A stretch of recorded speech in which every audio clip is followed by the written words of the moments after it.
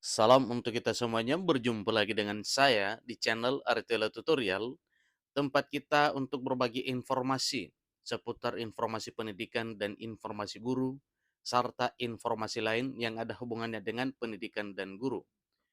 Pada pertemuan ini, informasi yang terkait dengan dunia pendidikan dan guru yang kita bahas melalui channel ini, termasuk pembahasan terkait dengan pengangkatan honorer, seleksi P3K, seleksi CPNS, pendidikan profesi guru, dan tunjangan profesi guru, serta hal lain yang ada hubungannya dengan pendidikan dan guru. Pada pertemuan kali ini, saya menyapa seluruh Bapak Ibu honorer yang selalu setia melaksanakan tugas tanpa mengenal lelah. Saya yakin bahwa Bapak Ibu honorer selalu semangat, selalu sehat walafiat dalam melaksanakan kegiatan pelayanan publik di instansi pemerintah pusat, demikian dengan instansi pemerintah daerah. Di sini ada satu informasi terkait dengan apa dan bagaimana rencana pemerintah untuk mengangkat honorer menjadi aparatur sipil negara di tahun 2023 tahun ini, sesuai dengan informasi yang akhir-akhir ini beredar bahwa pemerintah melalui Menpan RB menyampaikan satu program untuk menuntaskan honorer di tanah air, yaitu dengan cara mengangkat honorer menjadi aparatur sipil negara, baik pengangkatan menjadi PNS, diangkat menjadi P3K, maupun ASN, baik PNS maupun P3K per time. Nah, tentunya Bapak Ibu, ini adalah hal-hal yang ditempuh oleh pemerintah untuk menuntaskan honorer di tahun 2023 tahun ini. Untuk seterusnya, simak informasi ini sampai selesai dan jangan lupa tekan tombol subscribe dan nyalakan tombol notifikasinya supaya semua informasi yang disalurkan melalui channel ini selalu update di layar Bapak Ibu. Tanpa basa-basi lagi, langsung pada informasinya. Jakarta, CNN Indonesia mencatat satu informasi terkait dengan informasi pengangkatan honorer menjadi aparatur sipil negara, yang mana saat ini Menteri Pendayagunaan Aparatur Negara dan Reformasi Birokrasi Menpan RB Abdullah Azhar Anas buka suara soal rencana pembentukan skema pegawai pemerintah dengan perjanjian kerja atau P3K paruh waktu atau PNS per time.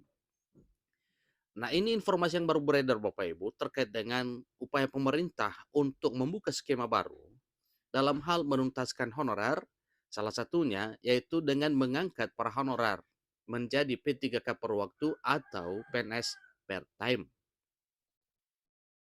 Ia menjelaskan skema yang belakangan disebut sebagai PNS per time itu dibuat demi menghindari pemutusan hubungan kerja atau PHK atas penghapusan tenaga honorer yang bakal dilakukan pada 28 November 2023 tahun ini.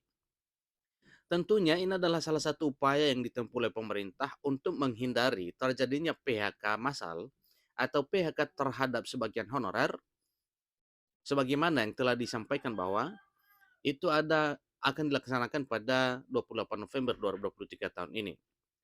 Tetapi dengan sigapnya pemerintah memikirkan solusi terkait dengan mengantisipasi penghapusan tersebut dengan mengangkat honorer menjadi PNS per time atau P3K paruh waktu.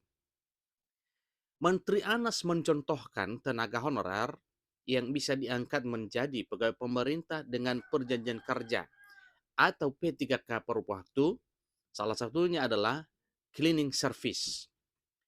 Adapun jenis-jenis pekerjaan lebih detailnya masih dalam proses pembahasan. Tetapi sebagaimana contoh yang telah dipaparkan oleh Menpan RB, yang mana untuk tenaga honorer yang akan diberlakukan P3K per waktu atau ASN per time itu, yaitu akan diberlakukan kepada misalnya cleaning service. Nah, ada apa dengan ini Bapak Ibu? Menpan RB menghunjuk salah satu contoh cleaning service karena memang dalam hal pekerjaannya bukan seperti PNS maupun P3K yang kerja full time, misalnya dalam satu hari bekerja 8 jam. Nah, sementara untuk cleaning service, ini tidak rutin melaksanakan tugas. Misalnya, datang pagi untuk bekerja, lalu seterusnya siang, kemudian sorenya untuk bekerja. Bukan seperti PNS dan P3K yang selalu standby di kantor untuk melaksanakan tugas pelayanan publik. Jadi suatu hal yang wajar secara logika kalau cleaning service diberlakukan sistem pengangkatan menjadi ASN part-time. Cleaning service kan nggak harus cek lokasi pagi sampai dengan sore. Sehingga dimungkinkan salah satunya ada konsep paruh waktu. Tapi ini masih dalam proses pembahasan. Ini kata Anas di gedung DPR RI Jakarta dikutip dari Detik Finance pada hari Selasa 11 Juli 2023. Ia juga mengatakan skema PNS per time akan menambah status pegawai aparatur sipil negara dari sebelumnya hanya PNS dan P3K. Jadi kini hadir P3K paruh waktu. Jadi hal ini tertuang dalam rancangan undang-undang atau RUU tentang perubahan atas Undang-Undang Nomor 5 Tahun 2014 tentang aparatur sipil negara. Nah, tentunya Bapak Ibu, terkait dengan pembahasan revisi undang-undang atas perubahan Undang-Undang Nomor 5 Tahun 2014 tentang ASN, hal ini telah dimunculkan P3K paruh waktu atau PNS per time ini. Jadi ketika nanti disahkan, maka semua honorer yang telah disebutkan untuk diberlakukan pengangkatan dengan sistem PNS per time atau P3K paruh waktu ini, maka kepada honorer tersebut akan diberlakukan. Tentunya kalau seperti ini berarti tidak ada yang akan digiring ke outsourcing seperti cleaning service. Yang mana sebelumnya beberapa honorer yang tidak bisa tercover dalam pengangkatan menjadi ASN akan digiring ke sistem ahli daya atau outsourcing. Dengan undang-undang ini, kita amankan dulu tidak ada pemberhentian massal 2,3 juta tenaga honorer, tetapi juga tidak ada pembengkakan anggaran, ucap Menteri Anas. Anggota Panja RUASN Komisi 2 DPR RI Gus Pardigaus mengatakan gaji P3K per time akan lebih kecil dibanding saat dia menjadi tenaga honorer. Nah, tentunya ini adalah suatu dilema Bapak Ibu ya. Ketika ASN atau P3K per time ini berlakukan, maka pincang dari apa yang telah dinyatakan oleh Menpan RB bahwa selain tidak ada pembengkakan anggaran, maka tidak akan ada pengurangan gaji honorer selama ini. Lalu apa yang disampaikan oleh anggota Panja RUASN Komisi 2 DPR RI Gus Pardigaus sepertinya bertentangan dengan apa yang disampaikan oleh Menpan RB. Yang mana anggota Panja RUASN Komisi 2 DPR RI Gus Pardigaus menyatakan bahwa gaji P3K per time akan lebih kecil dibanding saat dia menjadi tenaga honorer. Tentunya ini adalah satu PR yang perlu dibahas oleh pemerintah bersama dengan DPR RI, juga dengan panitia kerja RUASN dalam hal menggodok dan mengesahkan nantinya RUASN ini menjadi undang-undang yang sah dan resmi. Kenapa? Karena salah satu hal yang dipertimbangkan, jangan sampai para honorer ketika diangkat menjadi ASN atau P3K per time ini merasa dirugikan. Ditambahkan, pasalnya mereka hanya bekerja berdasarkan waktu yang telah disepakati. Tidak seperti PNS dan P3K penuh waktu. Namanya paruh waktu itu kan dia tidak wajib berada di kantor seharian sama dengan PNS atau P3K full time.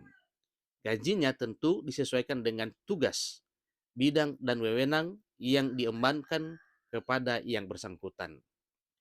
Nggak mungkin lah gajinya sama orang cuma kerja 2 jam dengan orang yang kerja 8 jam.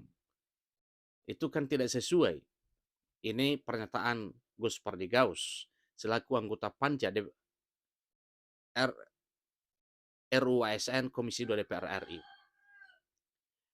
Meski begitu, P3K per time disebut memiliki kelebihan, yakni berstatus sebagai ASN atau lebih tinggi dari sebelumnya. Kalau sebelumnya adalah tenaga honorer atau pegawai honorer, sekarang meningkat sedikit menjadi ASN per time.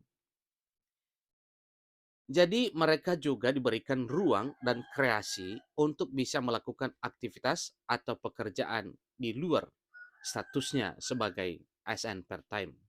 Itu adalah kelebihan dari para ASN atau P3K part-time-nya nanti kelak setelah disahkan undang-undang ini. P3K part-time menjadi solusi supaya tidak ada kehilangan pekerjaan tenaga honorer dan menurunkan pendapatan mereka. Di sisi lain, tidak menambah beban anggaran, pemerintah juga belanja, tidak menambah beban anggaran pemerintah untuk belanja pegawai, ucapnya. Itulah informasi terkini Bapak Ibu terkait dengan paparan ASN part-time atau P3K part-time ini sebagaimana yang telah dijelaskan oleh Menpan RB, demikian dengan respon anggota Panja RUU ASN Komisi 2 DPR RI Gus Pardigaus. Demikian informasinya, sampai ketemu pada informasi berikutnya. Terima kasih.